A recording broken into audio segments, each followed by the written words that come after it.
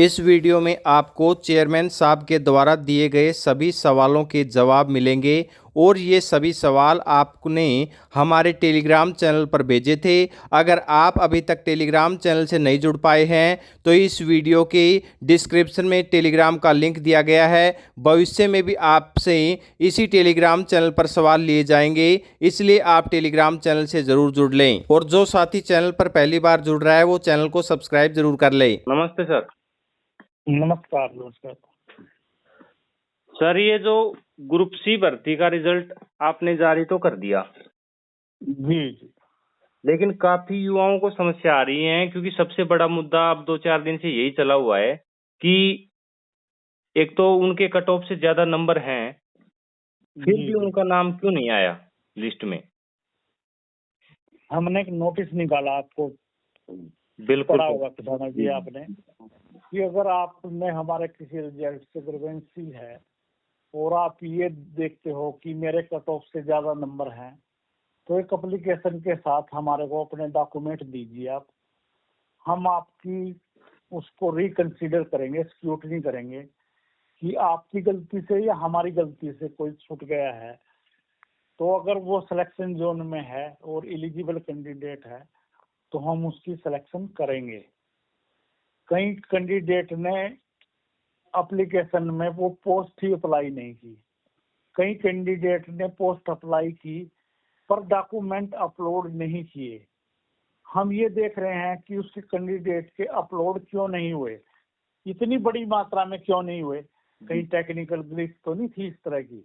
तो जो कैंडिडेट ने डॉक्यूमेंट दिए हैं हमारे को, हर एक एप्लीकेशन को बड़े ध्यान से हम देखेंगे, और जो उसने फार्म भरा था हम स्क्रीन पे उसको खोल के देखेंगे कि क्या इसने डॉक्यूमेंट लगाए थे।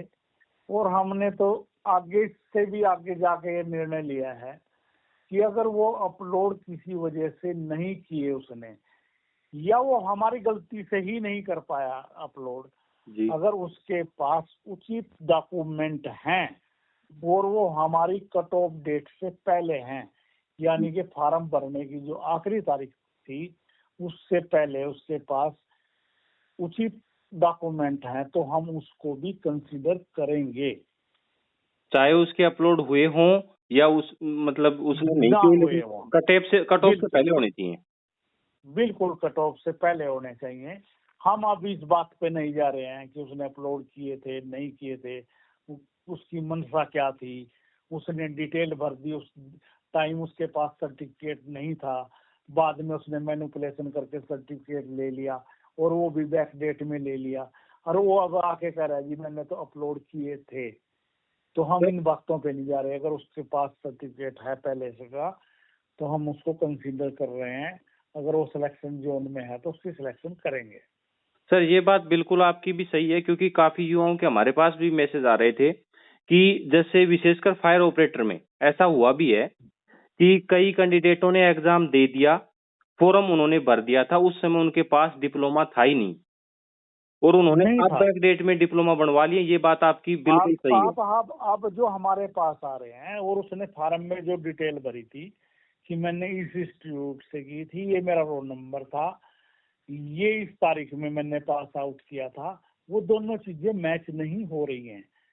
डॉक्यूमेंट जो उसने दिया है, सर्टिफिकेट जो उसने दिया है, उस पे कोई एड्रेस नहीं है, कोई रजिस्ट्रेशन नंबर नहीं है, कोई जो इशूइंग अथॉरिटी है उसका डेजिग्नेशन नहीं है कि साइन किसने किया।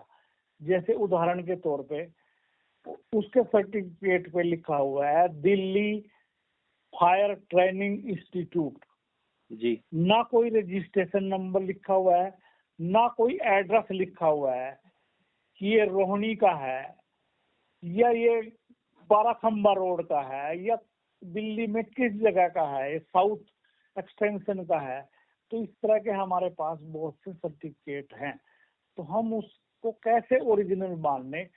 और जो उसने इस अथॉरिटी लिखा हुआ है उसमें ये भी डेजिग्नेशन नहीं लिखा कि ये रजिस्ट्रार ने जारी किया है या प्रिंसिपल ने जारी किया है, वीसी ने जारी किया है या कंट्रोल ऑफ एग्जामिनेशन ने जारी किया है।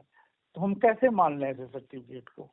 जी सर, ये बात तो आपकी सही है, लेकिन चलो आपने ये फैसला तो अब ले ही लिया है कि आप चाहे अपलोड हुए हों, ना हुए हों, उनको बुला रहे हैं, क्योंकि इसमें योग्य कैंडिडेट भी हैं। हो सकता है किसी कारणवश टेक्निकल गलती के वजह से अगर योग्य भी हैं, फर्जियों के साथ-साथ वो कहते हैं ना गेहूं के साथ गुण भी फिसता है। हाँ हाँ, उनको कंसीडर कर रहे हैं, कंसीडर कर रहे हैं। अगर उसके कट ऑफ से ज्यादा नंबर हैं तो उसको सेलेक्ट कर रहे हैं और उसके हर सर्टिफिकेट की जांच कराएंगे। जो सर्टिफिकेट फर्जी मिलेगा, कैंडिडेट को तो पनिशमेंट दे ही देंगे, पर उस इंस्टीट्यूट को भी पनिशमेंट देंगे जिसने वो जारी किया है। जी सर, क्योंकि इसके बाद से लोगों को ये भी है कि भाई फर्जी कैंडिडेट ऐसे तो सिलेक्शन ना पाए जाए, वो भी डर है, तो वो चलो आप स्टेप उठा रहे हैं। एक बात और है सर, ग्रुप डी भर्ती में, क्योंकि जैसे अब ग्रुप सी का ये रिजल्ट आने के बाद ये इशू उठा है कि भी उनके डॉक्यूमेंट्स अपलोड नहीं है या नहीं दिखा रहे हैं, अब वो कोई भी कारण हो सकता है। क्या ऐसा इशू ग्रुप डी रिजल्ट के बाद भी हो सकता है सर, ग्रुप डी में भी? क्योंकि युवाओं की नहीं, ऐसा मैसेज नहीं, आ रहे ऐसा नहीं है। ये मैक्सिमम फायर ऑपरेटर में ही है, और फायर ऑपरेटर में जिन कारणों से है ये, वो हमें पता है कि कैंडिडेट को ये पता लगा कि पोस्टें ज्यादा हैं और कैंडिडेट कम हैं। उसके बाद मैनिपुलेशन करके बहुत बड़ी संख्या में सर्टिफिकेट जारी हुए हैं। ये मैं ये नहीं कहता कि 100% ही बच्चे फेक हैं, पर बहुत बड़ी मात्रा में फेक हैं। जी सर, ये बात तो जायज है, सभी को पता भी है ये। सर एक और है कि जैसे अब रिजल्ट जारी कर दिया, तो जी कोई ईएसएम कैंडिडेट है, जैसे वो फायर ऑपरेटर या किसी भी पोस्ट के ऊपर लग गया, तो जी। जब 56-57 का रिजल्ट आएगा तो उसमें उसको अच्छी पोस्ट और मिलती है, इससे अच्छी ग्रेड की, तो वह अब ज्वाइनिंग करने के बाद क्या दोबारा उस अच्छी पोस्ट में ज्वाइनिंग कर पाएगा? क्योंकि ईएसएम कैंडिडेट का इश्यू है सर, वो अलग है। एक्स सर्विसमैन कैंडिडेट एक बार ज्वाइनिंग कर लेता है तो उसे फिर वो दोबारा वो फायदे नहीं उठा सकता। नहीं, वो बिल्कुल कर सकता है, इसमें कर सकता है बिल्कुल सर। कर सकता है। सीईटी के ड्राफ्ट में ये है कि वो एक पोस्ट ही अवेल करेगा, और हम उसको एक नोटिस के माध्यम से, सार्वजनिक नोटिस के माध्यम से ये कहेंगे कि इतने दिन में आप फैसला कर लो कि आप कौन सी पोस्ट पे ज्वाइन कर रहे हो और कौन सी छोड़ रहे हो, ताकि जो वेटिंग के कैंडिडेट हैं वो क्लियर हो जाएं। कैंडिडेट आज फायर ऑपरेटर लग गया या एएलएम लग गया और उसका 56-57 में इतने नंबर हैं कि वो एक्साइज इंस्पेक्टर में सिलेक्ट हो रहा है, तो उसको पूरी तरह से छूट है कि वो हायर पोस्ट पे ज्वाइन कर सकता है। जी सर। एक सर ये ग्रुप सी में जो एक एमपीएसडब्ल्यू मेल की वैकेंसी का सर बार-बार ये युवा प्रयास कर रहे हैं, तो आपके पास आई हो या इसी सीईटी के तहत हो सकती है एमपीएसडब्ल्यू मेल की? हमारे पास अभी तक हेल्थ डिपार्टमेंट की तरफ से एमपीएचडब्ल्यू मेल की कोई रिक्विजेशन या डिमांड नहीं आई है। और सर जो फार्मासिस्ट की भर्ती विड्रा हुई थी, वो आने की कुछ संभावनाएं? फार्मासिस्ट की भर्ती जो विड्रॉल हुई थी, जिस डिपार्टमेंट ने विड्रॉल की थी, वो 6 महीने के एक्सपीरियंस की वजह से जी जी या उनके रिक्रूटमेंट में कोई कमी होने की वजह से, जी सर। हमने उन सब डिपार्टमेंटों को ये कहा है कि अगर फरवरी माह में आप ये वैकेंसीज हमारे पास दोबारा से भेज देते हैं अपने रिक्रूटमेंट रूल्स में अमेंडमेंट करके, तो हम इसी सीईटी में उनको कंसीडर करेंगे। अगर आप फरवरी तक नहीं भेजते तो ये अगले सीईटी में कंसीडर करेंगे। सर एक ग्रुप डी का जो आपने ये रिजल्ट आया था सीईटी वाला, उसके बाद से जैसे सोशियो इकोनॉमिक क्राइटेरिया के कई कैंडिडेट्स के नंबर मिल गए, कई को नहीं मिले, और कई ऐसे भी उसमें कैंडिडेट हैं जो नंबर हटवाना चाहते हैं, तो क्या उनको मौका हम एक दिया जाएगा? पोर्टल खोल रहे हैं, हम एक पोर्टल खोल रहे हैं जी जिसमें कैटेगरी और सोशो इकोनॉमिक का नंबर का इशू है। मैं जी खुद स्वीकार करता हूं कि एक्स सर्विसमैन के इशू ज्यादा है। जैसे एक्स सर्विसमैन जनरल भर दिया उसने, एक्स सर्विसमैन एससी भर दिया, एक्स सर्विसमैन बीसी भर दिया, तो हमारे सिस्टम ने उसको एक्स सर्विसमैन छोड़ के जनरल या एससी या बीसी में कंसीडर कर लिया। तो हम पोर्टल खोल के अभी सारी उनकी जो कैटेगरी है उसको दुरुस्त करेंगे रिजल्ट देने से पहले। सर पोर्टल में और ये डॉक्यूमेंट्स वगैरह भी कुछ डीवी के लिए मांगे जा सकते हैं जब पोर्टल ओपन होगा? तो बिल्कुल प्रूफ तो देना पड़ेगा उसने कि वो एक्स सर्विसमैन है, और एक सर्विसमैन के पास उसका सर्टिफिकेट, उसके पास डिस्चार्ज बुक या एनओसी हमारी कट ऑफ डेट से पहले है, यानी कि फॉर्म भरने की जो अंतिम तारीख थी उससे पहले का सर्टिफिकेट उसका होना चाहिए। ये नहीं कि अब वो सर्टिफिकेट ले आए एससी का बनवा के या एक्स सर्विसमैन का बनवा के, उसको कंसीडर नहीं करेंगे। वो कट ऑफ डेट से पहले का होना चाहिए। बिल्कुल, ये इंस्ट्रक्शंस है, ये सुप्रीम कोर्ट की और सब की रूलिंग है कि सारी योग्यताएं और सारा क्राइटेरिया आपका उस दिन पूरा होना चाहिए जिस दिन फॉर्म भरने की अंतिम तिथि है। एक सर इसमें जैसे अभी सोशियो इकोनॉमिक क्राइटेरिया के नंबर अगर कोई हटवाना चाहता है तो उसको भी ऑप्शन दिया जाएगा इसमें, इसी पोर्टल में? इस पे विचार कर रहा है आयोग कि ये सोशो इकोनॉमिक का कोई क्लेम नए सिरे से करना चाहे या हटवाना चाहे, उसके लिए विचार कर रहे हैं, क्योंकि हम नहीं चाहते कि बड़ी मात्रा में हमारा डाटा किसी तरह से चेंज हो जाए। जी सर। एक सर ये ग्रुप डी का जो एडवर्टाइजमेंट है ना, वो तो आपने नॉर्मल जारी कर दी, विस्तार से डिटेल एडवर्टाइजमेंट नहीं आई कि भी किस पोस्ट के, जैसे पीएन के इतने पद हैं इस डिपार्टमेंट में और एनिमल अटेंडेंट के ये इतने हम हैं या चाह रहे हैं एग्रीकल्चर कि के। मैक्सिमम रिजल्ट हमारे सी के पहले आ जाएं, उसके साथ ही हम ये एडवर्टाइजमेंट भी करेंगे और बच्चों से विलिंग भी लेंगे कि आप डी में लगना चाहते हो या नहीं लगना चाहते। हम इसकी इंतजार सिर्फ इसलिए कर रहे हैं कि मैक्सिमम सी क्लास के रिजल्ट डिक्लेयर हो जाएं, ताकि वो बच्चे जो सी क्लास में कहीं एडजस्ट हो गए हैं वो अपनी डी के लिए विलिंग ही ना दें और हमारी मेरिट जो है वो डाउन चली जाए और मैक्सिमम बच्चे सी और डी में कहीं ना कहीं एडजस्ट हो जाएं। तो सर ग्रुप डी रिजल्ट से पहले ग्रुप सी की कितनी भर्तियां करने की संभावना है या कितनी भर्तियां पूरी हो सकती हैं लगभग संभावित? जिसमें कोई कोर्ट स्टे नहीं है या कई कैटेगरियों में एग्जाम पे ही स्टे है, जैसे माइनिंग इंस्पेक्टर पे है, सीड सर्टिफिकेशन ऑफिसर पे है, और जैसे ये विड्रॉल हुई है फार्मासिस्ट की, इन सब को छोड़कर हम प्रयास करेंगे पूरा कि सी के रिजल्ट आ जाए पहले ही। कुछ हमारा जो स्टेनोग्राफी के स्किल टेस्ट चल रहे हैं 11 तारीख तक, उनमें भी कुछ देरी हो सकती है, क्योंकि जो स्किल टेस्ट में पास होगा उसका ही एग्जाम हम लेंगे। उसमें भी थोड़ी सी जो 1600 पोस्ट हैं उनमें भी थोड़ी सी देरी हो सकती है इस कारण। सर ये ग्रुप डी में जैसे 13,500 के लगभग पद हैं, तो ये पद बढ़ने की संभावनाएं हैं, कितने तक हो सकती है? बिल्कुल 100% भरे जाएंगे। और सर विधानसभा चुनाव से पहले, जैसे लोकसभा चुनाव से पहले आप ग्रुप डी का रिजल्ट जारी करने होने की संभावनाएं हैं, तो क्या एक और ग्रुप डी की लिस्ट है वो विधानसभा चुनाव से पहले लग सकती है? देखिए, आयोग चुनाव को लेके कोई काम नहीं करता, हमारी सारी चीजें प्रोसेस में है, हम उस प्रोसेस को पूरा करने का प्रयास कर रहे हैं और वो जल्दी से जल्दी हो जाए। लोकसभा का चुनाव या विधानसभा का चुनाव ये हमारे लिए महत्वपूर्ण नहीं है, ये सरकार के लिए महत्वपूर्ण होगा।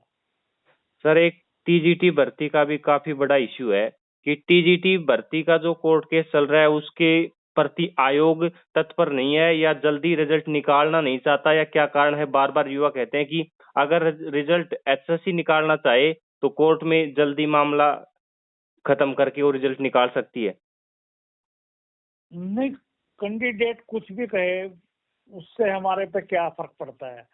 हमने तो कोर्ट, माननीय कोर्ट से कई बार अपील की है कि जिन कारणों से आपने स्टे किया हुआ है टीजीटी को, एक कारण तो ये है कि प्राइवेट जो इंस्टीट्यूट है उनके एक्सपीरियंस को नंबर मिलने चाहिए या नहीं मिलने चाहिए। जी। हमने कोर्ट को ये कहा है कि हम इन बिना नंबरों के भी रिजल्ट डिक्लेयर कर दें, चाहे हमारे 100% ना हो, 7,500 ना हो, 5,000 हो जाए, हम उसके लिए भी तैयार हैं। बिल्कुल। पटिशनर का रिजल्ट हम होल्ड कर दें, बाकी का हम रिजल्ट निकाल दें, उसके लिए भी हम तैयार हैं। हमने माननीय कोर्ट को कई बार ये अपील की है कि आप स्टे हटाएं और हमारे को डायरेक्शन कर दें कि किस तरह से हम रिजल्ट निकालें। हमने कई बार प्रयास किया है। तो देखिए, कैंडिडेट ही हैं दोनों तरफ, जो कैंडिडेट लगने वाले हैं वो उस प्रयास में है कि जल्दी जल्दी भर्ती हो, जो इसको रखवाने के लिए हैं वो रखवाने का प्रयास कर रहे हैं। तो है तो दोनों तरफ कैंडिडेट ही ना जी। बिल्कुल। एचएसएससी की इसमें कोई क्या गलती है? दो यानी कि हरियाणा है का, कैंडिडेट के। यानी कि एचएसएससी का पूरा प्रयास रहेगा टीजीटी भर्ती का रिजल्ट पूरा प्रयास हमने करोड़ों रुपए खर्च कर दिए हैं, पेपर लिया हमने, एप्लीकेशन लिए हमने, स्क्रूटनी की, तो हम क्यों नहीं चाहते भर्ती जल्दी हो? तो माननीय कोर्ट के अधीन है ये। अब मैं इसमें कोई कमेंट भी नहीं करना चाहता कि माननीय कोर्ट को क्या लगता है कि हमारे से कोई गलती हुई या कुछ बच्चों के साथ अनजस्टिस हो रहा है। इसका फैसला तो माननीय अदालत ने करना है। जी सर। सर एक 56-57 वाला इश्यू और है, क्या उसके ऊपर एसएससी अर्ली हियरिंग के लिए जाने वाली है? क्योंकि वो तो हम प्रयास कर रहे हैं कि जितने 56-57 को छोड़ के बाकी जो ग्रुप हैं उन सब का मैक्सिमम का रिजल्ट निकल जाए, फिर हम माननीय अदालत से रिक्वेस्ट करेंगे कि सर हमने मैक्सिमम ग्रुपों का रिजल्ट दे दिया है, अब 56-57 की है बात रह गई है, अब जो भी डायरेक्शन दें कि हम किस तरह से रिजल्ट निकालें तो हम वो अपील करेंगे, पर हम मैक्सिमम रिजल्ट निकालने के बाद अर्ली हियरिंग की रिक्वेस्ट करेंगे कोर्ट से। सर पुलिस भर्ती की एडवर्टाइजमेंट कब तक आने वाली है? पुलिस भर्ती की जो वेटिंग है पिछली भर्ती की हमारी 1192 कैंडिडेट की, उसकी रिकमेंडेशन हम कल शाम तक या परसों मैक्सिमम मंडे तक हम भेजेंगे और उसके तुरंत बाद पुलिस की एडवर्टाइजमेंट करेंगे। नेक्स्ट वीक्स में हम 100% पुलिस की जो नई रिक्रूटमेंट है उसकी एडवर्टाइजमेंट करने जा रहे हैं। सर कितने गुना बुलाए जाएंगे इसमें फिजिकल के लिए?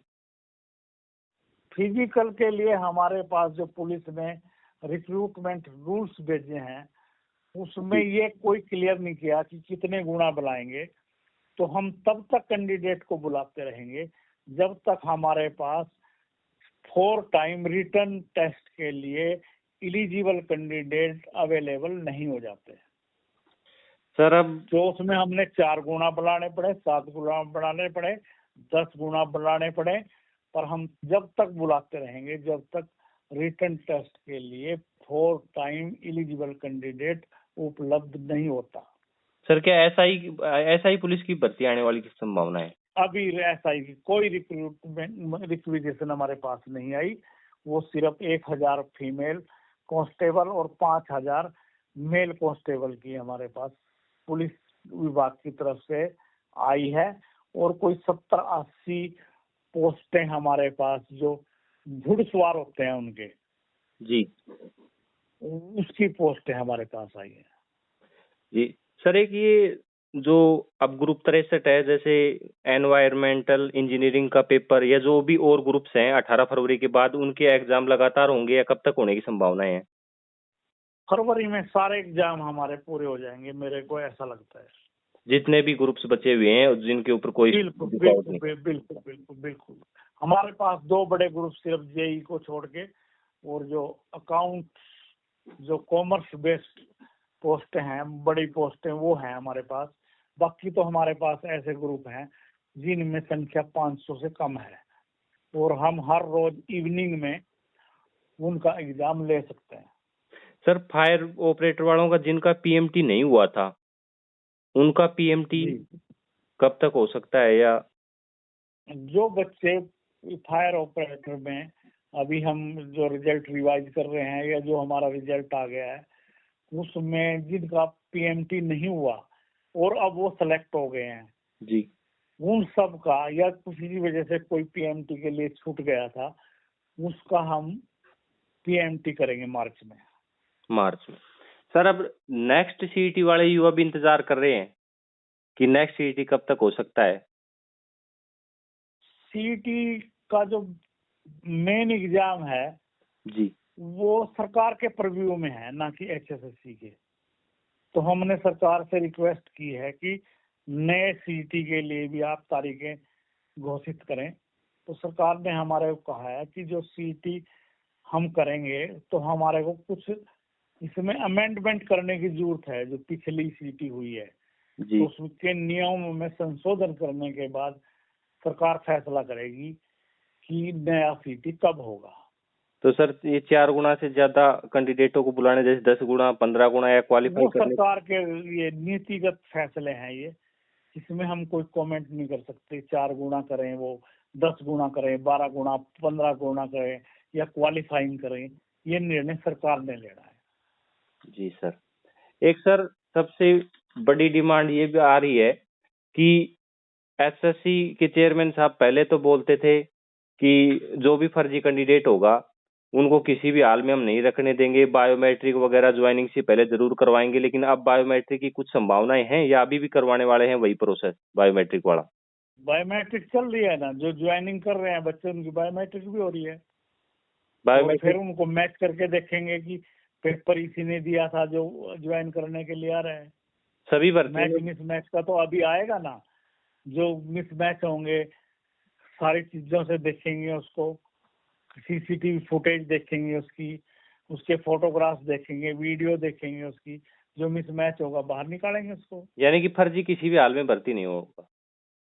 100% बिल्कुल भी एक भी कैंडिडेट फर्जी सिलेक्शन नहीं ले पाएगा। एक सर ये मांग ये भी है कि अगर ऑफलाइन डीवी होता तो जिसके डॉक्यूमेंट्स फर्जी हैं वो भी। ये प्रैक्टिकल नहीं बात है, जैसे डी क्लास का ही है, हम 4 टाइम का डीवी कराएंगे तो 4 टाइम 13 का 52,000 और ब्रैकेट नंबर लेके लगभग 55-56 हजार कैंडिडेट हो जाते हैं। तो अगर उनको फिजिकल हम डीवी के लिए बुलाते हैं तो लगभग 1 से 1.5 साल चाहिए हमारे को फिजिकल करने के लिए। तो हम फिजिकल क्यों करें, क्योंकि हमारे पास तो कैंडिडेट की डिटेल पहले से ही है, जो फॉर्म भरा था उसने, हम उसको स्क्रीन पे देख के हमारी टीम चेक कर रही है। सर अब ये नॉन प्रैक्टिकल बात कर रहे हैं कैंडिडेट, ये प्रैक्टिकल नहीं है कि हम फिजिकल करें उसको डीवी। तो सर जो धरने पर युवा बैठे हैं उनको लिए आपका कोई सुझाव हो? धरने पे जो कैंडिडेट बैठे हैं, हम मेरा रिक्वेस्ट यही है कि हमने स्वीकार कर लिया है कि आप एप्लीकेशन दीजिए, अपने डॉक्यूमेंट दीजिए, हम उनकी रीस्क्रूटनी कर रहे हैं। जो एलिजिबल कैंडिडेट होगा और जिसका सर्टिफिकेट कट ऑफ डेट से पहले होगा, सबको कंसीडर करेंगे जो सिलेक्शन जोन में आएंगे। अब धरना तो वो दबाव के लिए कर रहे हैं, दबाव बनाने के लिए। हम कोई दबाव में काम नहीं करते, क्योंकि हमारे तो एक नियम है, वो हम उन नियमों के हिसाब से काम करेंगे। तो हम क्या किसी दबाव में आके किसी नॉट एलिजिबल कैंडिडेट को या फेक कैंडिडेट को अपॉइंटमेंट लेटर थमा दें? तो हम तो अपने नियमों के हिसाब से काम करेंगे और किसी बच्चे के साथ अनजस्टिस नहीं होगी। जो एलिजिबल कैंडिडेट है उसको सिलेक्शन मिलेगी और फेक कैंडिडेट को किसी भी कीमत पे सिलेक्शन नहीं मिलेगी, चाहे वो कितना ही दबाव बना ले, धरने के माध्यम से बना ले, कोर्ट के माध्यम से बना ले, किसी की सिफारिश के माध्यम से बना ले, उसको बिल्कुल भी इन नहीं होने देंगे। सर नए युवाओं के लिए कोई पारदर्शी भर्ती या कोई भी किसी प्रकार का आपको कोई संदेश देना चाहें? वो तो खुद कैंडिडेट जो है, चलो फायर ब्रिगेड को छोड़ के बाकी जो लोग ज्वाइन कर रहे हैं या सेलेक्ट हुए हैं, हर गांव से 3, 4, 5, 10, 40 तक हुए हैं, जश्न मना रहे हैं, वो इंटरव्यू देके खुद बता रहे हैं कि पारदर्शिता और ईमानदारी से भर्ती हुई है। तो मैंने कुछ कहने की जरूरत ही नहीं है, कैंडिडेट ही बोल रहे हैं, उसके अभिभावक बोल रहे हैं, पब्लिक बोल रही है। जी सर जी, ये बात तो सही है सर। चलो सर, बहुत बहुत धन्यवाद, आपने जो भी सभी हैं डाउट हैं वो क्लियर किए हैं। बहुत बहुत धन्यवाद सर। Thank you.